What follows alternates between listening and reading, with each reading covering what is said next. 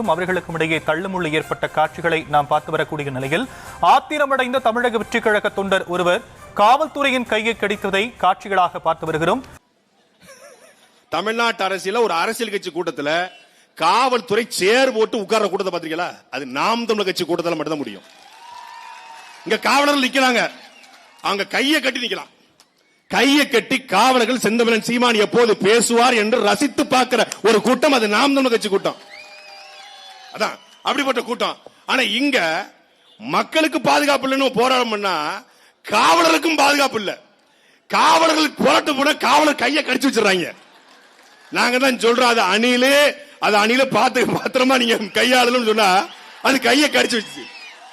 மதுபான கடை எடுத்து போராட போயிட்டு கிருஷ்ணகிரியில 4-5 அணில் குஞ்சுகள் போய் காவலரோட கையை கடிச்சு வச்சிருக்காங்க. காவலருடைய வேலை என்பது போராட்டம் பண்ண வந்தா தடுப்பது, பாதுகாப்பது அவங்களுடைய வேலை. போராடுவது உங்கள் உரிமை என்றால் அந்த போராட்டத்தை பாதுகாப்பது, அந்த மதுபான கடையை உடைச்சக்கூடாது, லாண்ட் ஆர்டர் இஷ்யூ ஏற்படக்கூடாது, ஒரு பப்ளிக் ப்ராப்பர்ட்டி டேமேஜ் ஏற்படக்கூடாது, தடுப்பது காவலர் வேலை. தமிழ்நாட்டில் என்னைக்காவது எங்களை எத்தனை வழக்கு, 240 வழக்கு, வலசரவாக்கம் காவல் நிலையத்துறை அண்ணன் சீமானை அழைத்துக் கொண்டு போய் அவ்வளவு அவமானப்படுத்த காவல்துறை நினைத்தது. 240 வழக்கு, குண்டர் சட்டம், NSA, NIA, என்னைக்காவது நாம் நமக்கு பிள்ளை ஒரு நாள் ஒரு காவல்துறையின் சட்டப்பைய பிடிச்சிருப்பான் என்கிற செய்தி உண்டா? அதாண்டா ஒழுக்கமான தலைவனின் வளர்ப்பு. சினிமால பஞ்சலாக பேசி பேசி பழக்கப்பட்டு போலீஸ் பெரியவரா அப்படி பேசி பேசி பழக்கப்பட்டவனுடைய ஆளுக்கிறோம்னா இன்னைக்கு கையை கடிச்சிருக்காங்க.